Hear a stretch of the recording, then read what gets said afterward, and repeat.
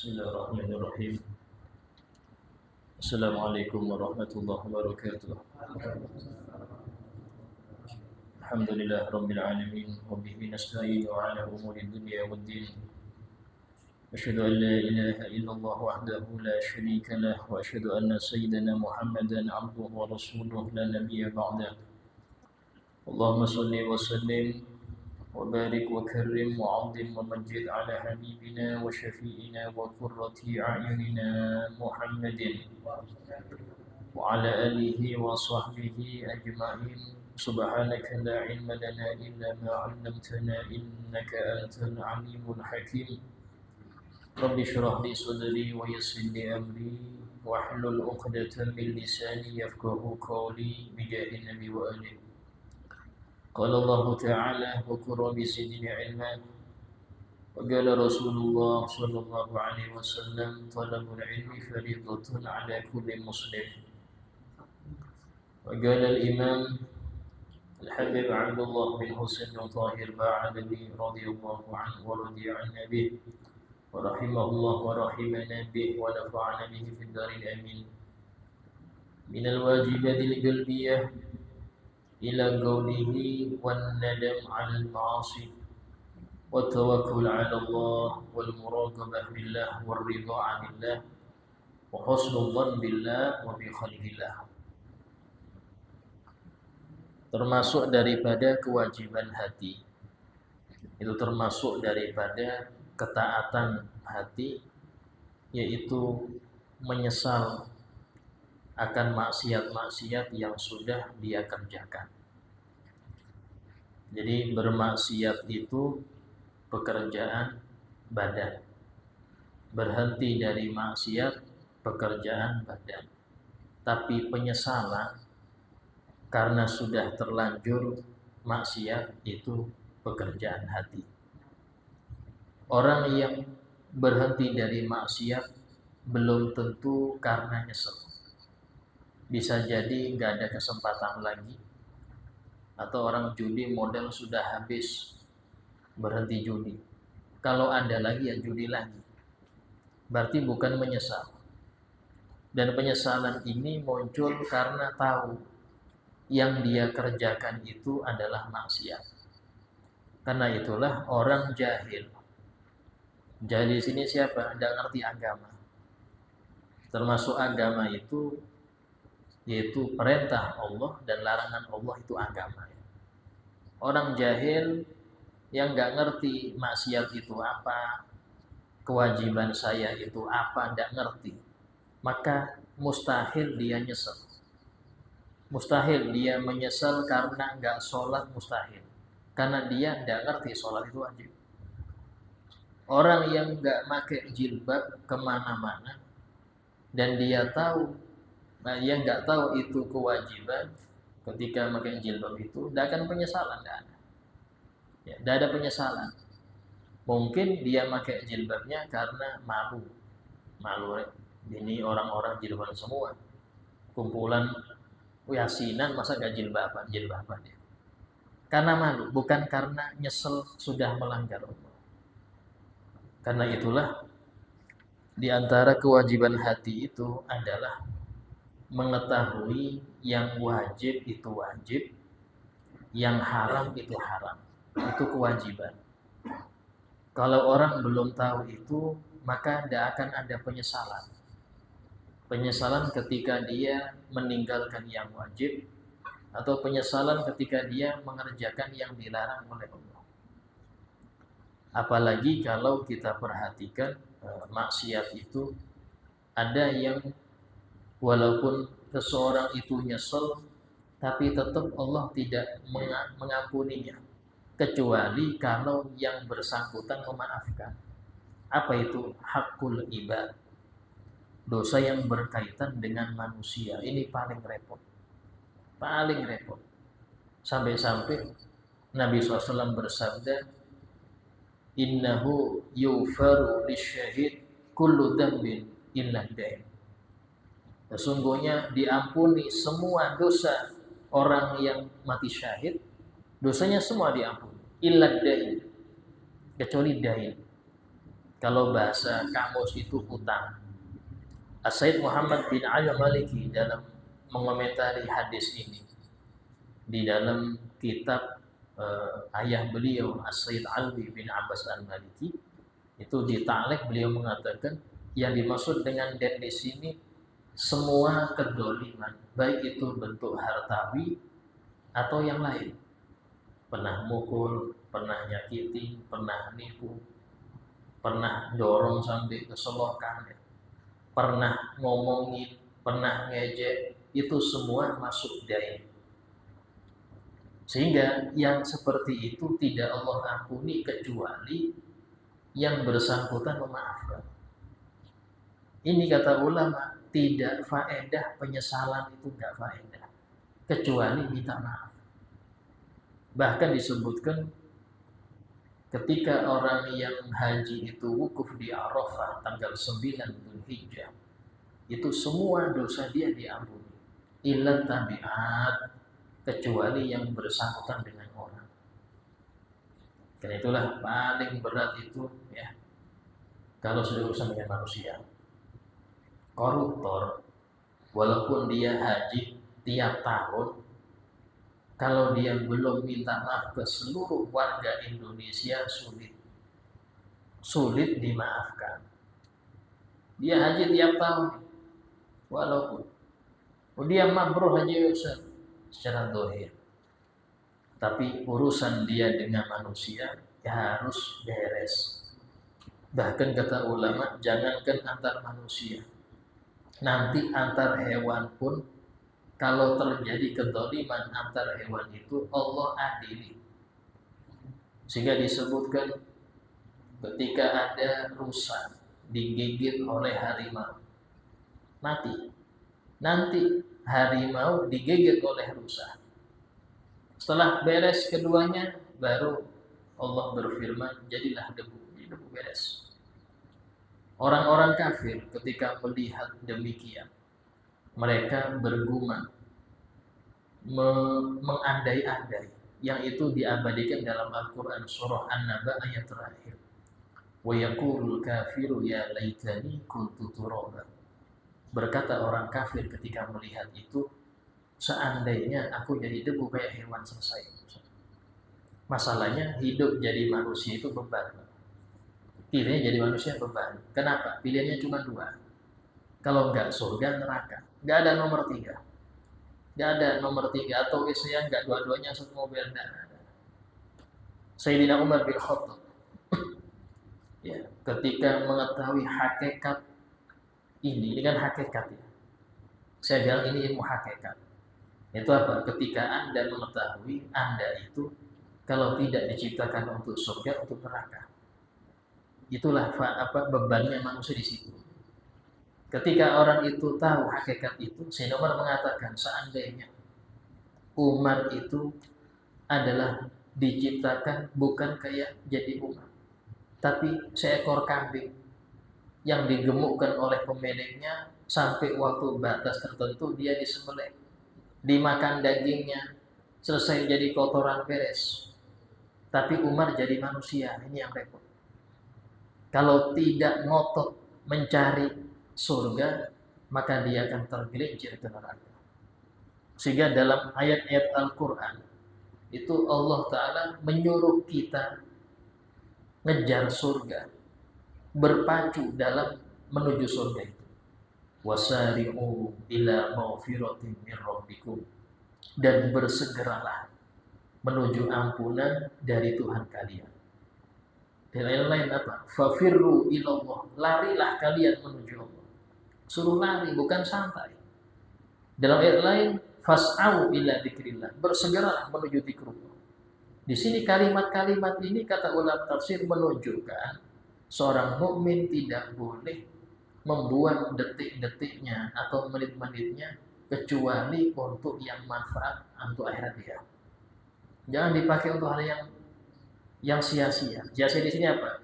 Enggak ada ketaatan. Apalagi naudzubillah untuk maksiat. Ini kerugian yang nyata.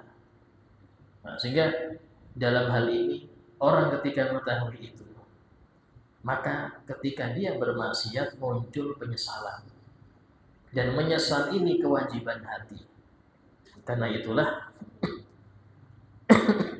disebutkan di dalam kitab-kitab bahwasanya bertaubat dari maksiat itu wajib secara langsung segera. Haram dia tunda untuk besoknya, saya tobatnya besok atau nanti malam, itu haram. Disebutkan ada kisah ya, cerita cerpen tapi mengenaskan. Cerpen mengenaskan. Habis orang itu maksiat, ya, minum khamr, zina, berjudi. Tahu-tahu dia ngantuk, saya besok aja tobat. Tidur gak bangun lagi. Ini cerpen mengenaskan. Cerita pendek tapi mengenaskan. Kenapa? Gak tidur, gak bangun lagi, gak bisa tobat. Karena itulah tobat itu gak boleh diundur.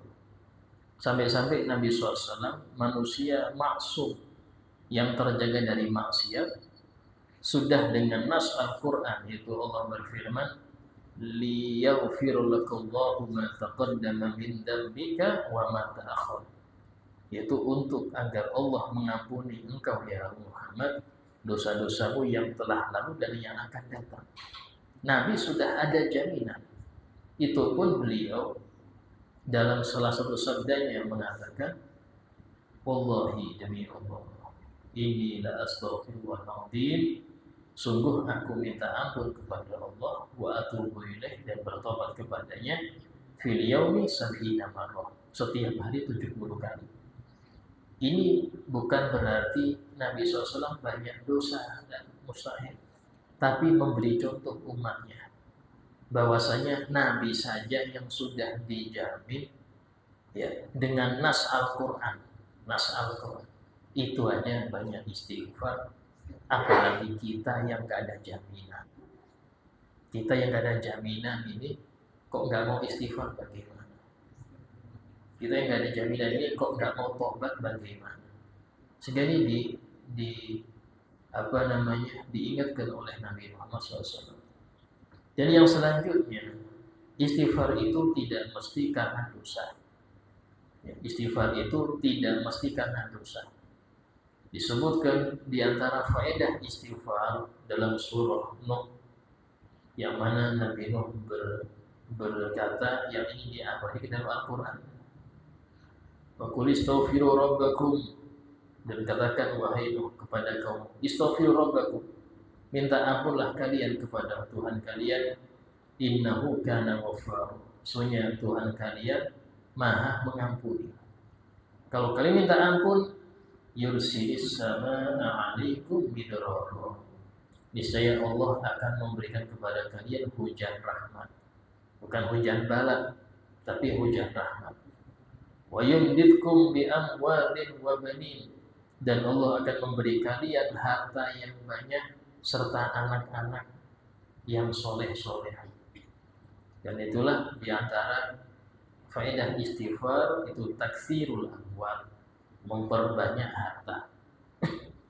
Kemudian orang yang lama tidak memiliki anak, maka perbanyak istighfar. Termasuk faedahnya istighfar di situ. Sehingga dalam hal ini an-nadam, ya, menyesal karena maksiat, ini termasuk kewajiban hati. Justru kebalikannya, seseorang yang tidak ada penyesalan di dalam kemaksiatannya, maka ini belum dianggap bertobat dan dia masih ada dosa. Apa dosa? Karena nggak nyesel.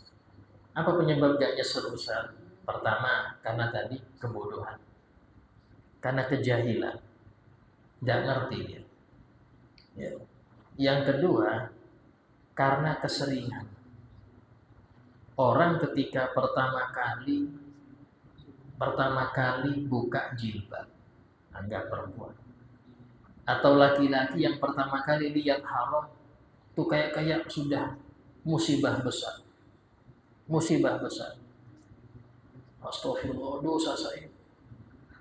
Besok lihat lagi, berkurang nyeselnya. Hari ketiga lihat lagi, berkurang nyeselnya.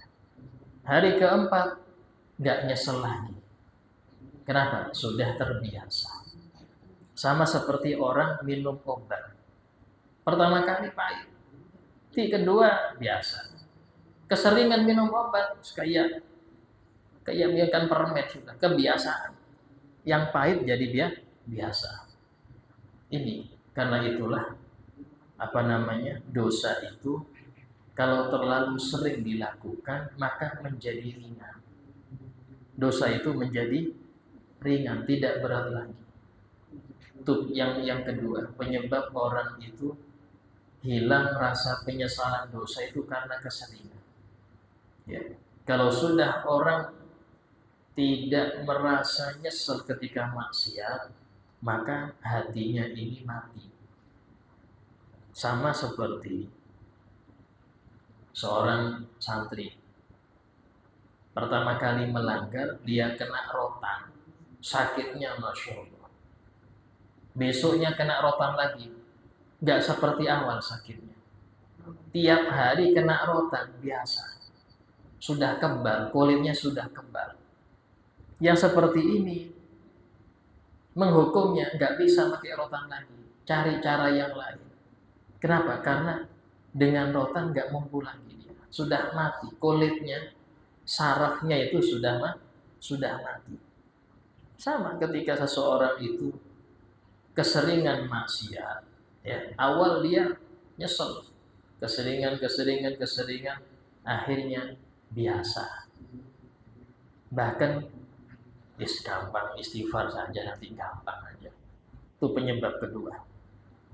Penyebab ketiga, seseorang itu hilang penyesalan itu, ya, ketika dia hanya disampaikan fadilah-fadilah, tidak pernah disampaikan tentang dosa-dosa. Ini sering kami pengajian itu usahakan jangan cuma menyampaikan pahala, tapi juga sampaikan dosa. Ya.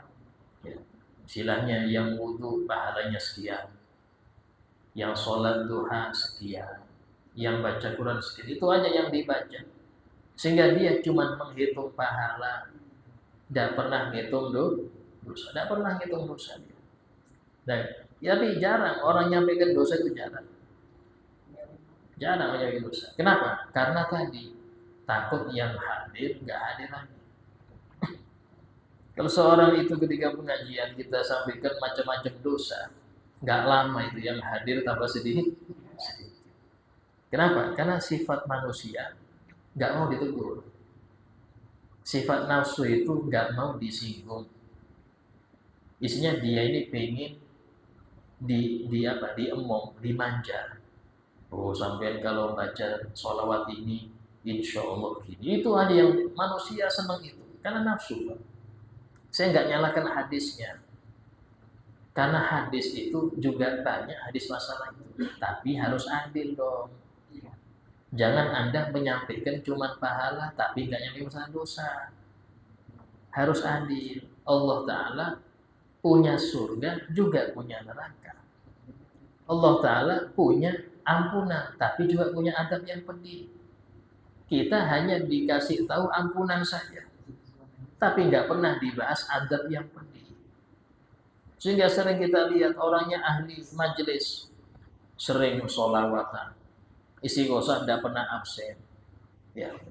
Tapi istrinya jarang sholat juga, nggak peduli.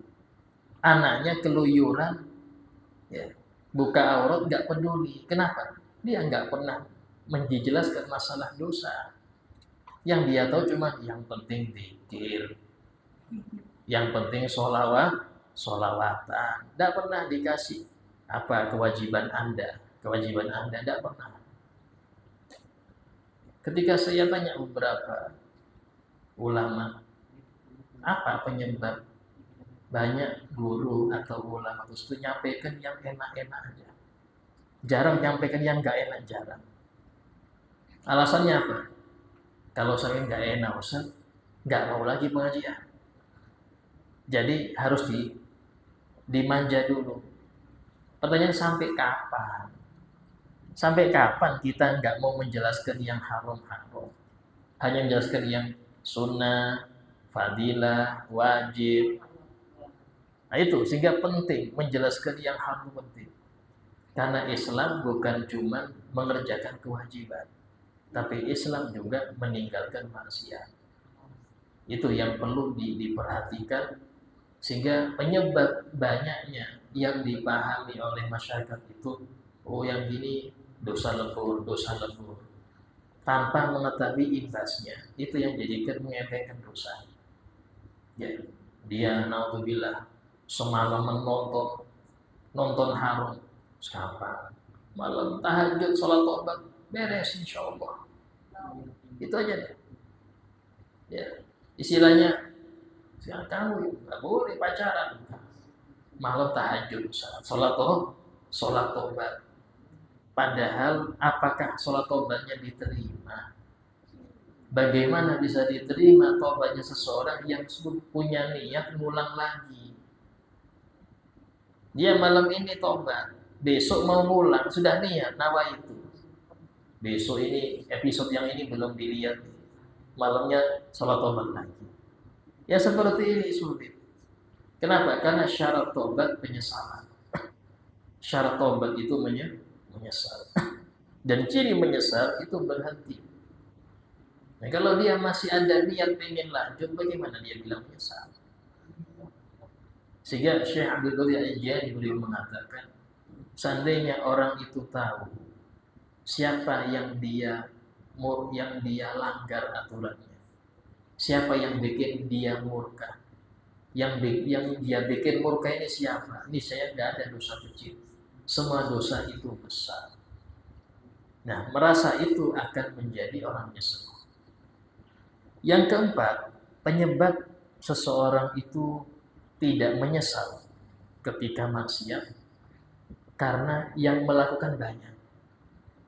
Anda ya di masjid joget-joget sendiri, ditegur pasti malu Anda karena nggak ada teman.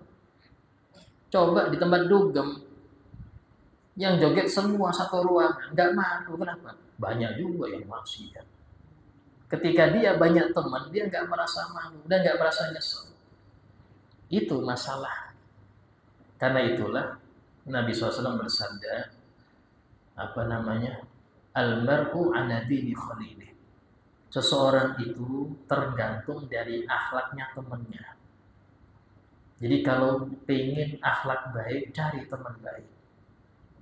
Sebab kenapa? Karena itu orang yang terbiasa maksiat, ketika kumpulannya, circle-nya orang baik, dia akan risih, akan malu. Perempuan yang pakai celana rok mini, bukan pomini ya, rok mini. Itu kalau semua dia kumpul dengan yang se-circle-nya biasa. Tapi suruh ajak pengajian, enggak mau dia pakai gini, pakai abaya lah, malu saat. Kenapa? Circle-nya. Dari sini penting mencari kumpulan yang baik, itu penting. Sebab kalau kumpulan ahli maksiat, dia nggak akan nyesel, bahkan nggak akan malu ketika maksiat. Kenapa? Sama maksiat semua.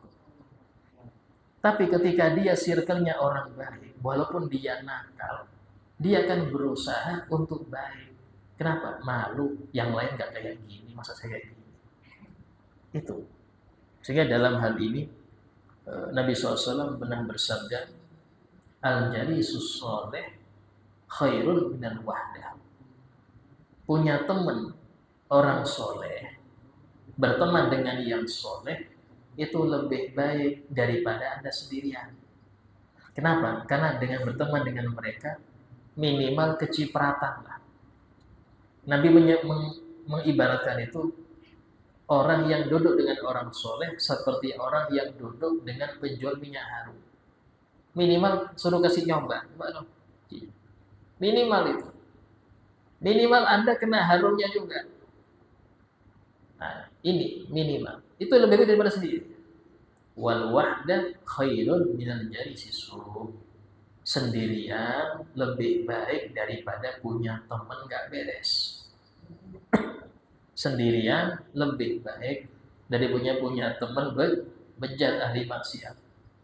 Tapi kadang-kadang kita ya, kadang-kadang ini biasanya anak pondok nih, yang baru setahun 2 tahun, atau dia ini sudah merasa ahli majelis, gampang Ustaz, saya mau berteman dengan yang teler-teler itu, agar mereka terpengaruh jadi baik kayak saya.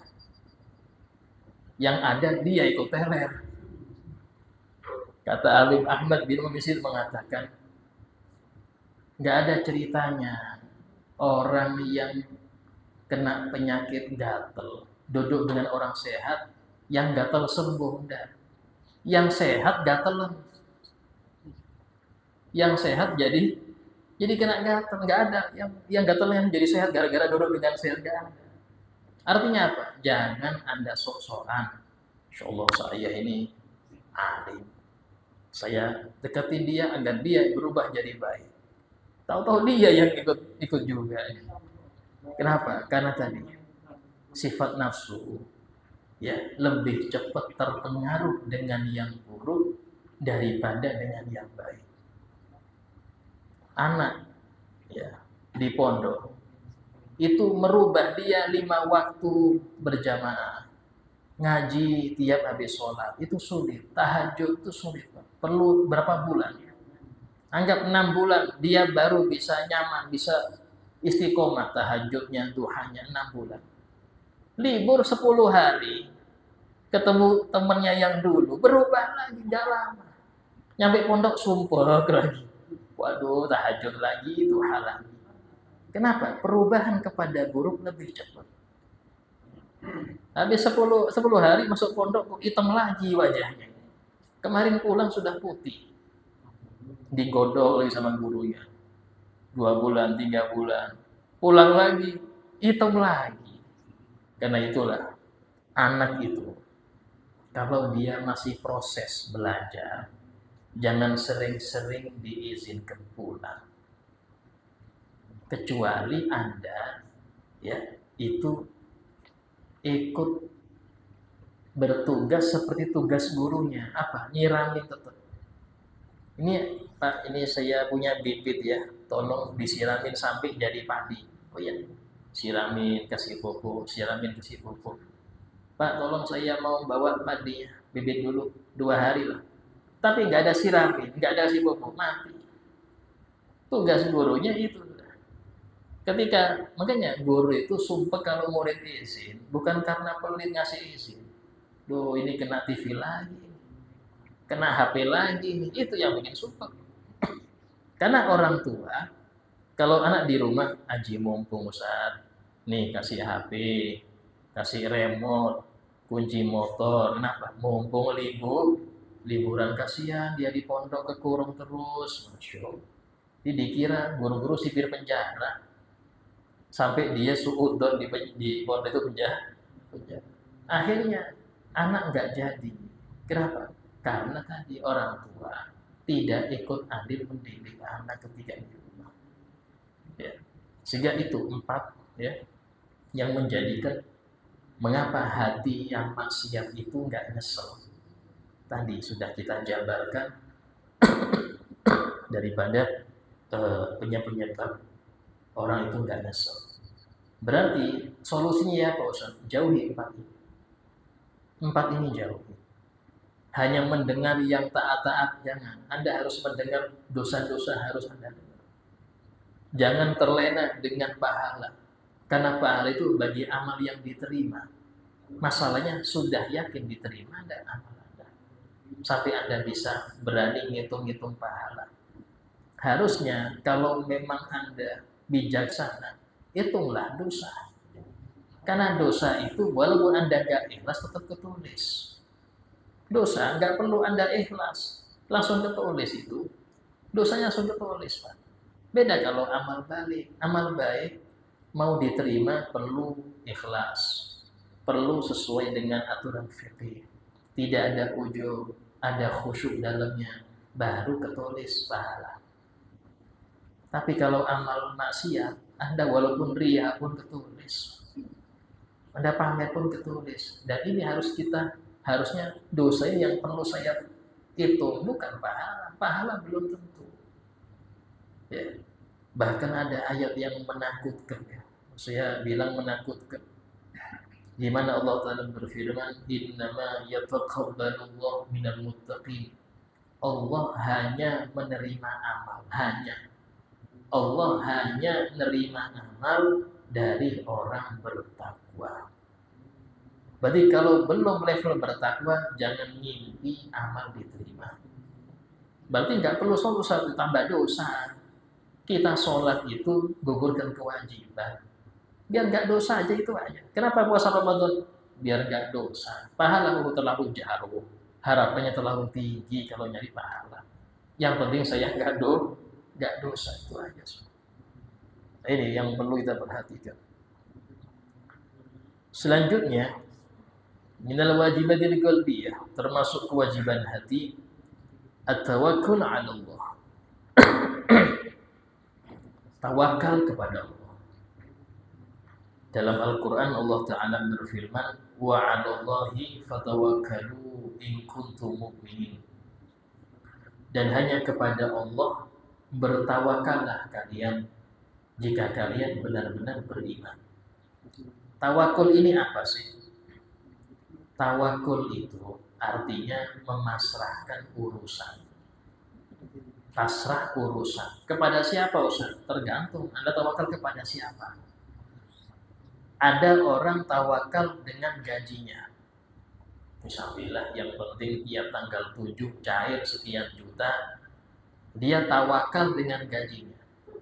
Tanpa gaji mungkin nggak bisa hidup saya Ustaz. Kelimpungan saya nggak ada gaji. Ini tawakal dengan gaji. Ada yang tawakal dengan tokonya.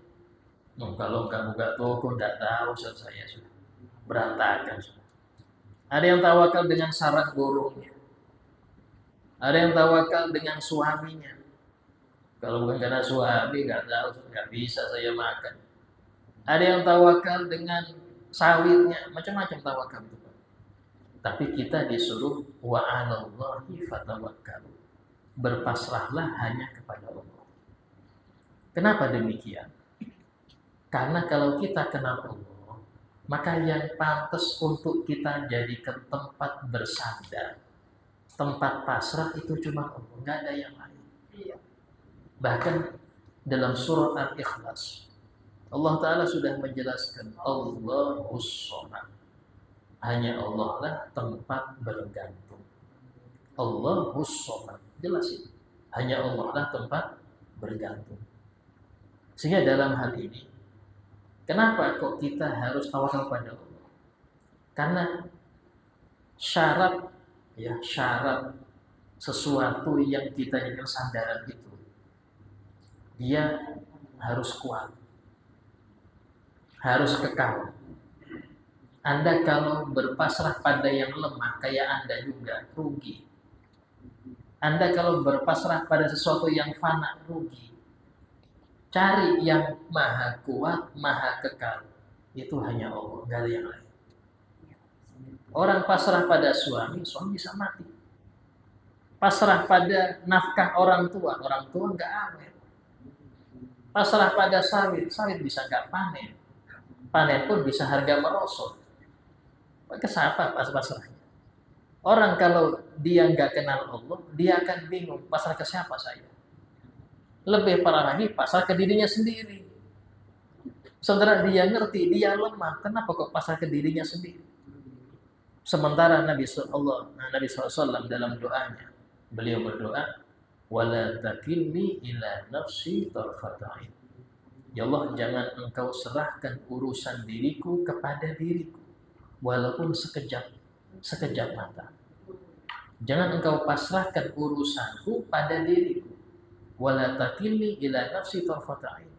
Kenapa? Karena Nabi ngerti, gak bisa ngurus diri sendiri.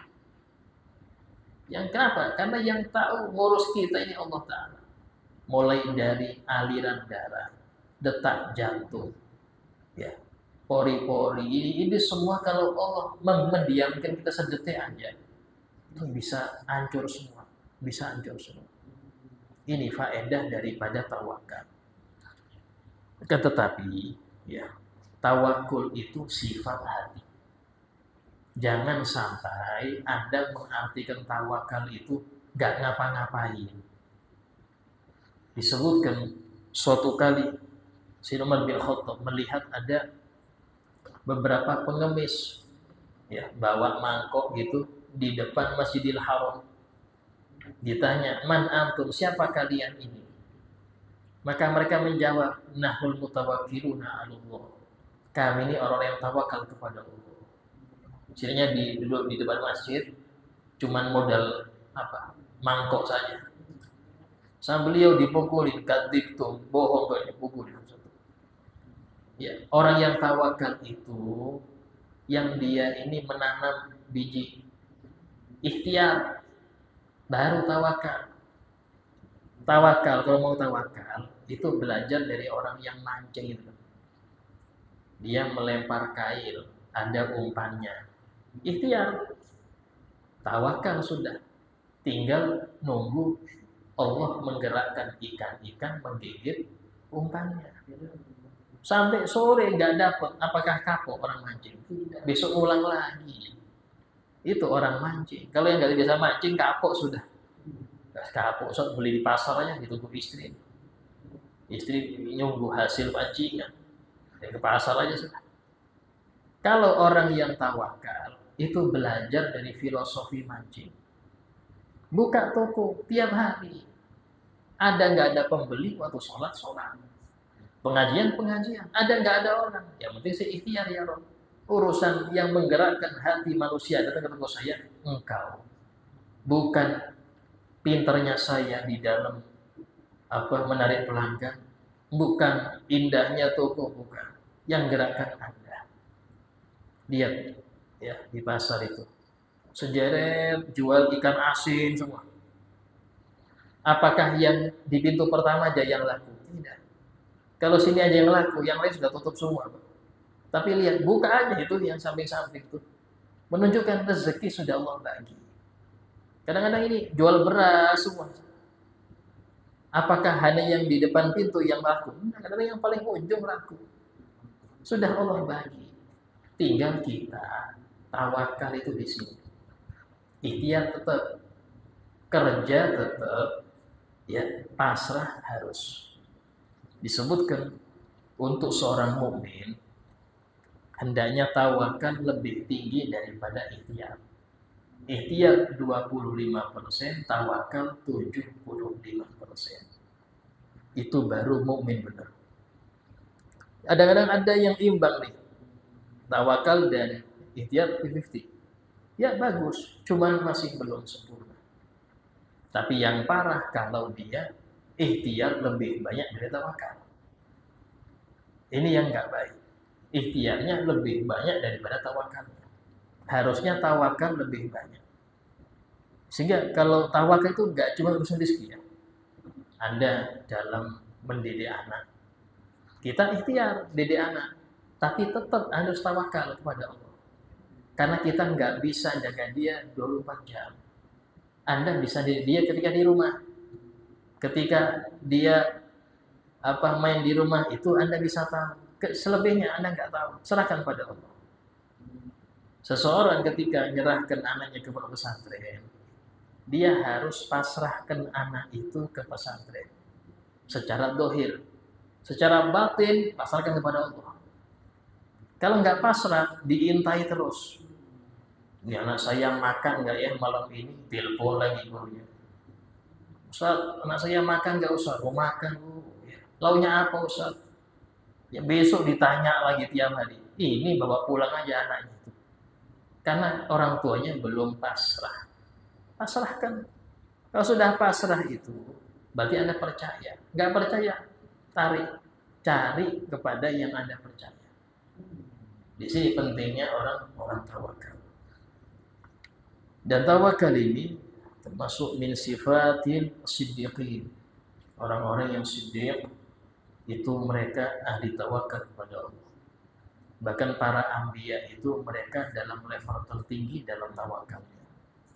Contoh ya, mereka di dalam berdakwah itu nggak punya metode ini itu nggak ada. Yang penting nyampaikan. Karena mereka tahu yang bikin alim, yang bikin pinter, bikin paham bukan saya. Saya cuma nyampaikan. Yang bikin pinter siapa? Allah Ta'ala. Itu. Sehingga dalam hal ini kita perhatikan. Para nabi-nabi itu metodenya sama. Nggak ada yang ini ganti metode modern, metode ini tidak ada. Ya, kita lihat pada guru-guru kita. Dari dulu cara ngajarnya ya seperti mereka diajar guru-guru mereka. Nggak ada metode macam-macam. Kenapa? Karena mereka tahu yang bikin alim bukan saya, bukan metode ngajar, tapi yang bikin alim Allah. Kita cuma nyampaikan.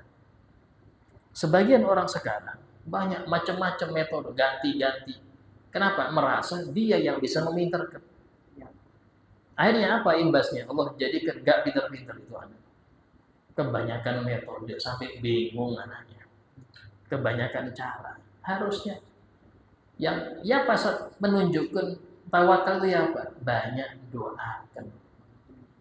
Ngajar itu tetap, didik itu tetap, tapi doanya itu diperbanyak. Karena itu bentuk tawakalnya. Ya, doa itu bentuk tawakal, memasrahkan pahamnya anak ini kepada Allah Ta'ala. Setelah kita sampaikan, kita pasrahkan pada Allah. Bahkan di antara mutu para nabi-nabi itu apa? Wa ma 'alaina illa balaghul mubin. Dan kami tidak punya tugas wajib kecuali menyampaikan dengan jelas. Urusan nurut gak nurut Allah yang menjadikan itu semua. Insyaallah akan kita lanjutkan ya kajian tentang kewajiban hati yang selanjutnya yaitu muraqabah itu yang akan datang. Sebagai paripurna majelis, yang mau bertanya silahkan tanyakan. Boleh bertanya pakai tingkat. Tidak ada usul. Assalamualaikum warahmatullahi wabarakatuh. Nama ulun Jakaria Kusasi. Nah, ulun hanya bertanya satu aja. Ketika kita sudah kenal Tuhan, maka wajibkah kita datang ke rumah Tuhan? Seperti itu lah. Tidak ada. Nah, jadi itu benar lah bagi ulun kan. Jadi yang ilmu yang ulun tanyakan, jika kita sudah ke Abdul Minanas jadi mantap, maka secara tidak langsung Tuhan ini memanggil. Ini bukan bertanya Pak, tapi ulun bertanya-tanya diri ulun ini. Soalnya Abdul Minanasnya itu ke keluarga ulun sudah habisan dulu. Ada lagi cerita sakit hati atau segala. Tadi kan ngomong soal itu. Jadi ulun kembalikan, ini ulun dipaksa Tuhan untuk datang ke rumahnya atau rumahnya yang memaksa yang datang. Itu aja. Nah, ulun menambahi pertanyaan yang ibaratnya bagi yang bisa meresapi itu mantap berarti. Oh iya. Kita nggak bisa itu. Tanya yang lain aja siapa? Ada yang lain tanya silahkan. Oh iya silahkan. Waalaikumsalam.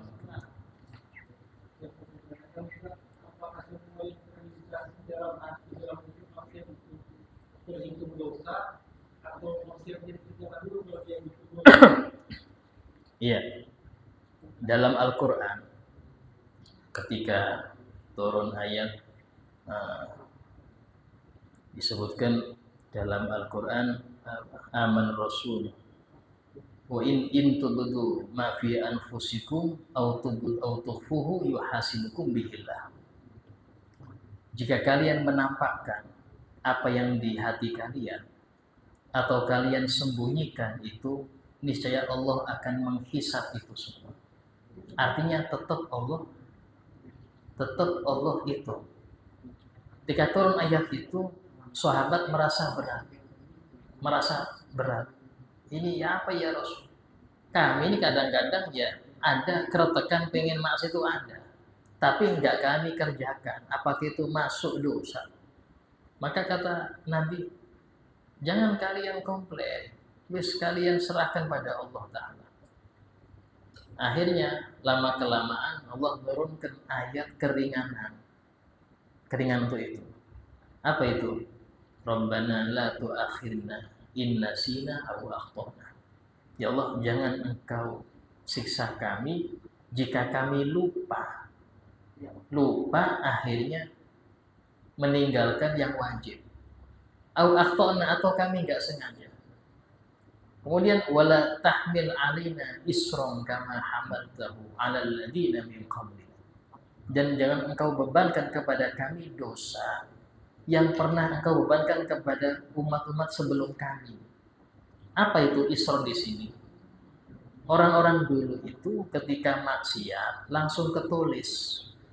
Di pintu rumahnya ketulis, fulan maksiat ini, tebusannya ini. Jadi langsung top chair.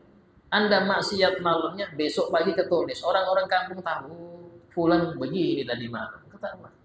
Itu yang isron di sini. Akhirnya apa lanjutan doanya? Rabbana wala tuhammilna ma la taqata lana bih. Ya Allah, jangan Engkau bebankan kepada kami kewajiban yang kami enggak mampu mengerjakannya. Apa itu? Menjaga hati untuk enggak ada kertek maksiat. Sulit. Anda mama lihat perempuan lewat, mau enggak mau kepingin lihat lagi, kepingin, cuma enggak boleh, haram, dosa. Itu aslinya ketulis juga, tapi untuk rahmat enggak. Selama belum dikerjakan, tidak ditulis dosa. Walaupun keinginan ada, keinginan maksiat itu pasti. Kenapa? Nafsu ada. Jadi situlah mengapa manusia itu lebih bisa ke level di atas malaikat. Kenapa? Karena manusia ada nafsu. Malaikat wajar ibadah terus, nggak ada nafsu. Tapi manusia kalau dia ibadah terus padahal ada nafsu, bisa melebihi malaikat levelnya. Itu yang dimaksud.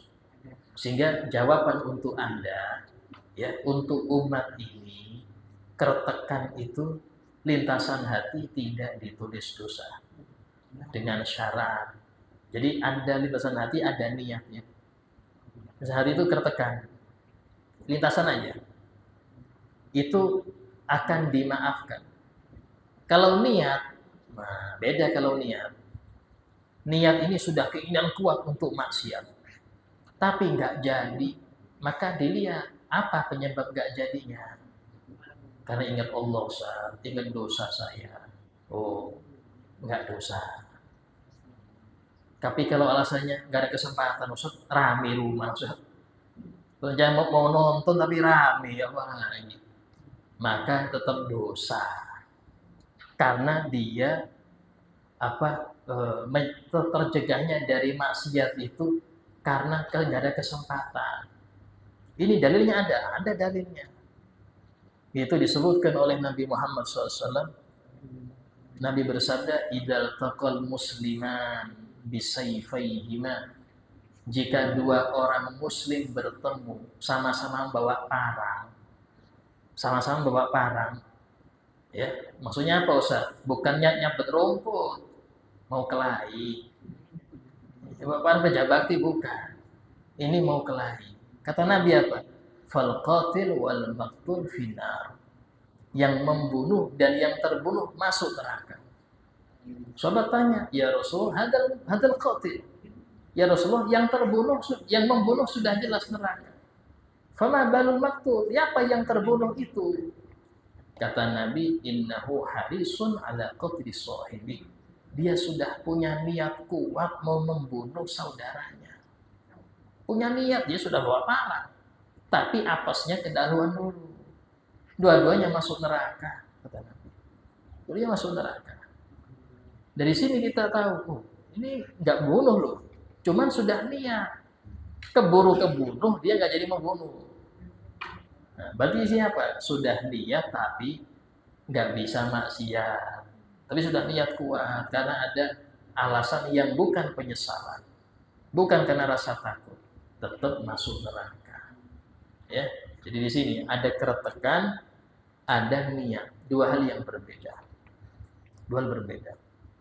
Tapi kalau dia sudah niat kuat, tapi dia tertahan karena ingat Allah, maka dapat pahala.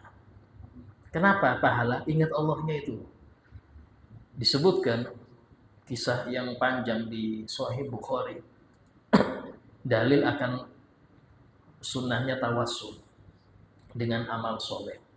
Itu Nabi menceritakan ada tiga pemuda Bani Israel. Di zaman Israel itu ada 3 pemuda yang mereka ini ketika masuk ke guanya tertutup dengan batu besar, sehingga nggak bisa keluar mereka ini. Hanya ketiganya sepakat, ayo kita sekarang masing-masing tawasul dengan amal soleh yang paling bagus kita punya. Masing-masing tawasul. Di antara yang tawasul itu, dia mengatakan dalam doanya, ya Rob, saya ini punya sepupu perempuan dan saya sangat senang pada dia, sangat cinta pada dia. Tapi dia saya goda nggak pernah mau. Dia jaga dirinya. Dia yatim piatu. Saya goda nggak mau. Akhirnya pas masa paceklik, di mana banyak si kampung itu kelaparan, dia datang ke rumah mau minta gandum untuk dia dan adik-adiknya. Maka aku bilang, boleh, tapi ya main dulu katanya. Nggak mau dia, nggak mau. Ya sudah, kata kasih. Sampai beberapa hari kemudian, saking laparnya dia datang lagi. Sambil kelihatan kurus betul, ya, sambil kelihatan laparnya itu kelihatan. Dan dia terpaksa. Ketika sudah aku mau melakukannya, dia sambil pejam mengatakan, takutlah pada Allah. Takutlah pada Allah. Itu aku langsung gemeter. Dan aku berhenti, aku berikan semua gandum kepada dia. Kalau itu engkau terima ya Allah, maka bukalah pintu gua ini. Terbuka sebagian. Belum semuanya. Dari sini dalil, orang yang dia pengen maksiat betul, tapi berhenti karena ingat Allah, dapat pahala. Karena tawasulnya diterima. Dan tawasul dengan amal soleh itu dibenarkan. Tawasul dengan amal soleh itu dibenarkan. Ada dalilnya di Sahih Bukhari. Ya, seperti itu. Ya. Waalaikumsalam.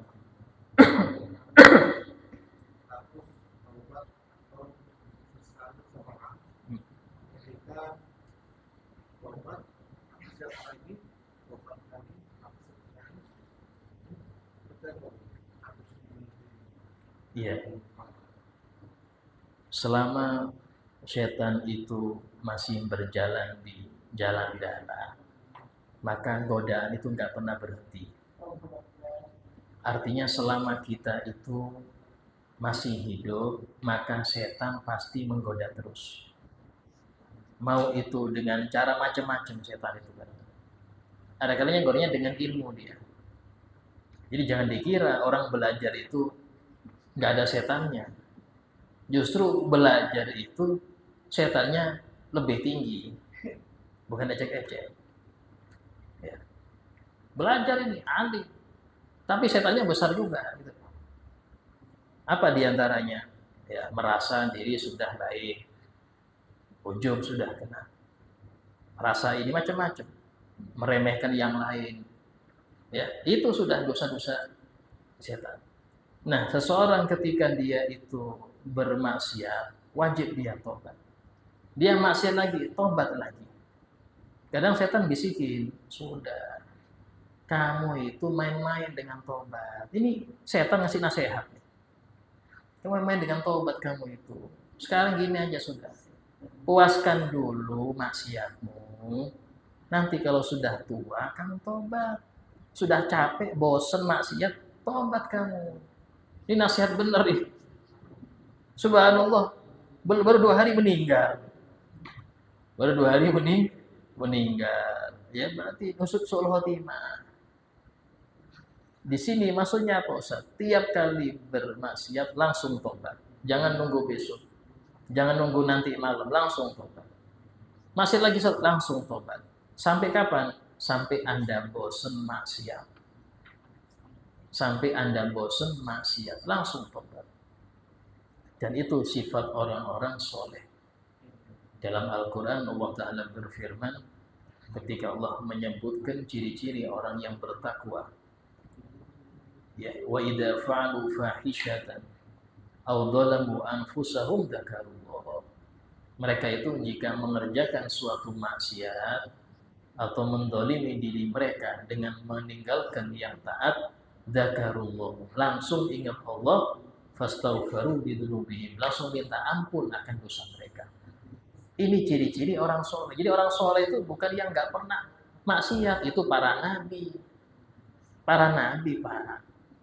Orang soleh selain nabi ada maksiatnya, tapi langsung ingat, langsung istighfar.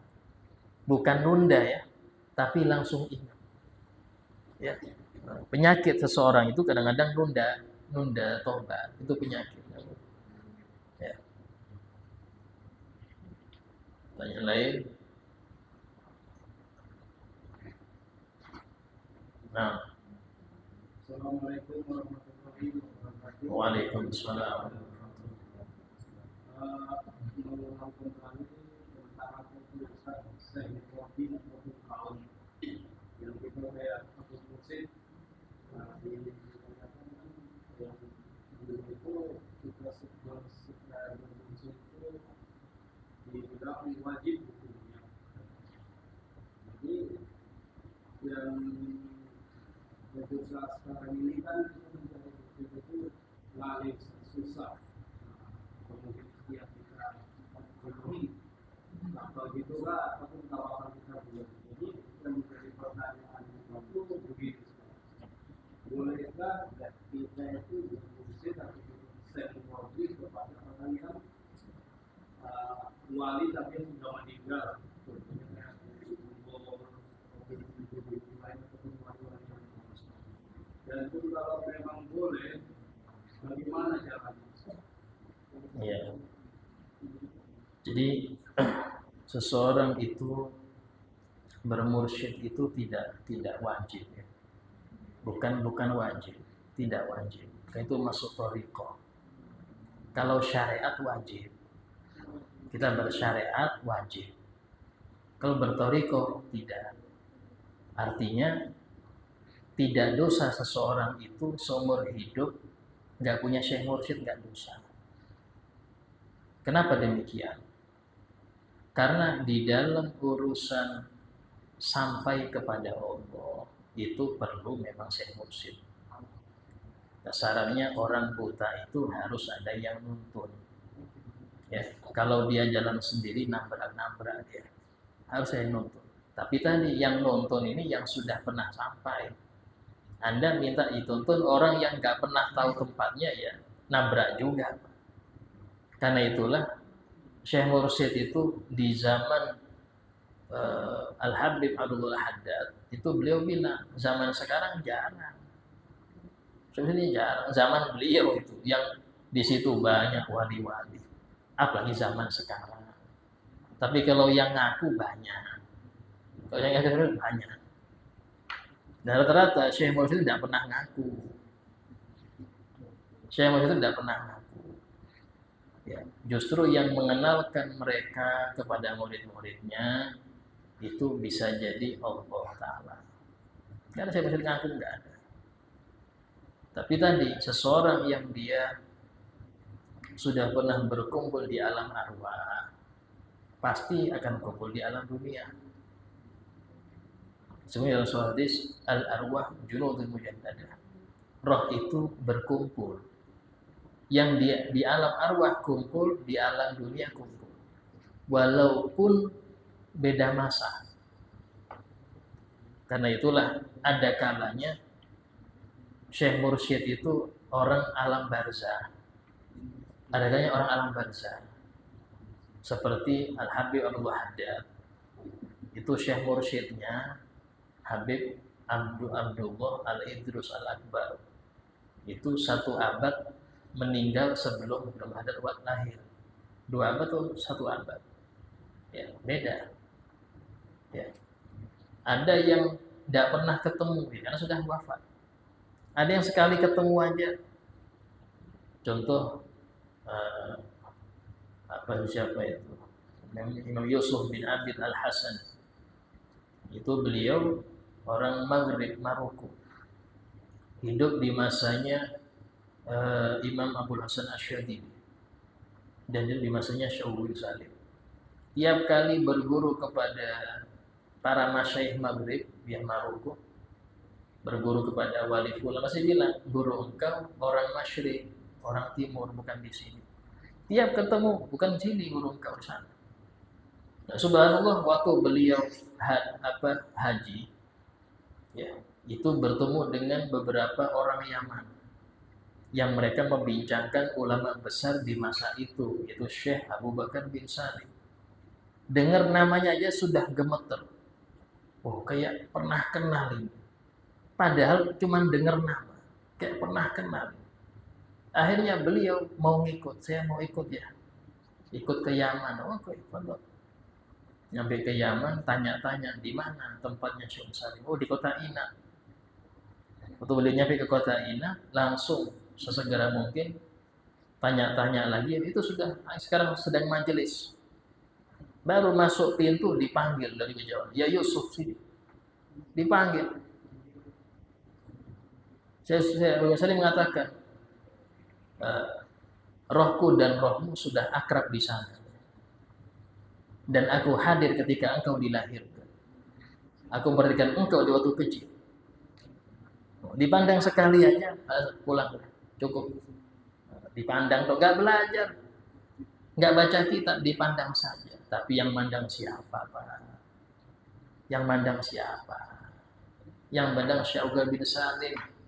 Yang beliau itu mujahadahnya, melawan nafsunya itu selama 40 tahun ngisi air di masjid-masjid Tarim. Yang itu jumlahnya 500 masjid. Tiap malam ngisi masjid air wudhunya itu tiap malam. Di zaman dulu di Tarim itu sumurnya itu ada tapi dalam-dalam. Orang tandus, sumurnya dalam-dalam. Itu setiap masjid tiap malam 40 tahun. Gak ada yang ngerti, siapa yang tahu-tahu subuh ada air aja. Ya, ini beliau. Yang seperti itu yang mendapat makom tinggi, bukan yang menghayal terus tahu-tahu jadi wali. Dari mana menghayal jadi wali? Ya, sehingga dalam hal ini kata guru-guru kita mengatakan murid itu nggak perlu nyari syekh, tapi syekh yang nyari murid. Tugas murid cuma satu, pantaskan dia untuk dianggap jadi murid. Pantaskan dirinya untuk diangkat jadi murid. Ya, apa cara memantaskan? Kosongkan wadahnya dia. Apa wadah itu? Hati. Bersihkan dulu. Nanti siapapun yang punya air akan ngisi. Walaupun nggak pernah kenal. Ada di Bangil itu Bahdul. Namanya Abdullah, panggilannya Bahdul. Majedub. Semasa dengan Syekh Arsyad Syekh Muhammad Syekh Syaroni Adan semasa. Alhamdulillah kita sempat nututin beliau, sempat ketemu. Nah, ini beliau waktu abahnya itu ngaji biasa. Nah, suatu kali ini tapi anaknya ini Bahdul nggak pernah hadir ngaji sama abahnya, keliling terus. Nah, suatu kali ada salah seorang Habib di Bangil itu kedatangan tamu dari Hadramut, datang ke rumah Bahdul yang masih kecil itu, tanya mana Abdullah, tetap lagi main, siapa ini, ada orang Hadramut mau ketemu, berarti sudah ada yang mantau. Gak ketemu ya sudah pulang. Artinya apa? Setiap orang soleh itu ya itu ada yang mantau sudah, entah itu pernah ketemu atau nggak pernah ketemu, bahkan atau beda masa, pasti ada. Kenapa? Karena tadi rantai itu harus nyambung, rantai itu harus nyambung, nggak mungkin putus. Ya, nah seperti itulah. Tapi tadi disebutkan oleh Imam Al-Qurtubi di dalam muqaddimah tafsirnya mengatakan tidak ada kewajiban bagi penuntut ilmu secara hakikoh ya, kecuali bersihin hati. Sebab Allah memiliki para mata-mata, mata batin yang setiap waktu memeriksa hati yang bersih. Kalau nemu hati bersih, langsung ngasih sesuatu di hati itu, yang dengan sesuatu itu dia akan bahagia dunia akhirat. Apa itu? Ilmu laduni. Itu kalau satu aja, bersihkan hati, itu tasawuf di situ. Tasawuf itu bukan yang istilahnya kalam-kalam yang tinggi-tinggi sampai masalah keramat-keramatan. Kalau tasawuf nggak bahas itu. Tasawuf itu bukan masalah keramat, masalah itu bukan. Cuma satu-satu, cuma dua. Apa? Membersihkan hati dari sifat tercela dan menghiasinya dengan sifat mulia. Bahas itu aja, nggak ada yang lain tasawuf itu. Kalau ada orang bahasa tasawuf terlalu tinggi, dia nggak ngerti tasawuf, nggak paham. Tasawuf itu bukan seperti itu. Ya. Jadi termasuk ilmu wajib. Ilmu wajib setiap mukmin muslim harus belajar di tasawuf. Karena tasawuf itu masalah urusan hati, yang itu tempat pandangan Allah Ta'ala untuk setiap hambanya. Semoga Allah Ta'ala jadikan kita orang-orang yang senantiasa membersihkan hati kita sehingga kita pantas mendapat predikat illa man atallaha biqalbin salim, orang yang menghadap Allah dengan hati yang selamat, ala hati niyah wa kulliyatin salihah wa ala man salih. Al-Fatihah. Bismillahirrahmanirrahim. Maliki yaumiddin. Iyyaka na'budu wa iyyaka nasta'in. Ihdinas siratal mustaqim. Shiratal ladzina an'amta 'alaihim ghairil maghdubi 'alaihim waladdallin. Bismillahirrahmanirrahim. Alhamdulillahi rabbil alamin. Allahumma shalli wa sallim ala sayyidina Muhammad wa ala alihi wa sahbihi ajma'in. ربنا انفعنا بما علمتنا، ربي علمنا الذي ينفعنا، ربي فقهنا وفقه أهلنا وقراباتنا في ديننا، ربي وفقنا وفقهم لما ترتضي قولا وفعلا كرما، وارزقنا كل حلالا دائما وأخل أنبياء لما نحظى بالخير وفكل شر. ربنا واصلح لنا كل شؤون وقر بالرضا منك العيون، وخدعنا ربنا كل الديون قبل أن تأتينا رسلا منون. ربنا آتنا في الدنيا حسنة وفي الآخرة حسنة وقنا عذاب النار. وصلى الله على سيدنا محمد وعلى آله وسلم والحمد لله رب العالمين. تقبل الله منكم.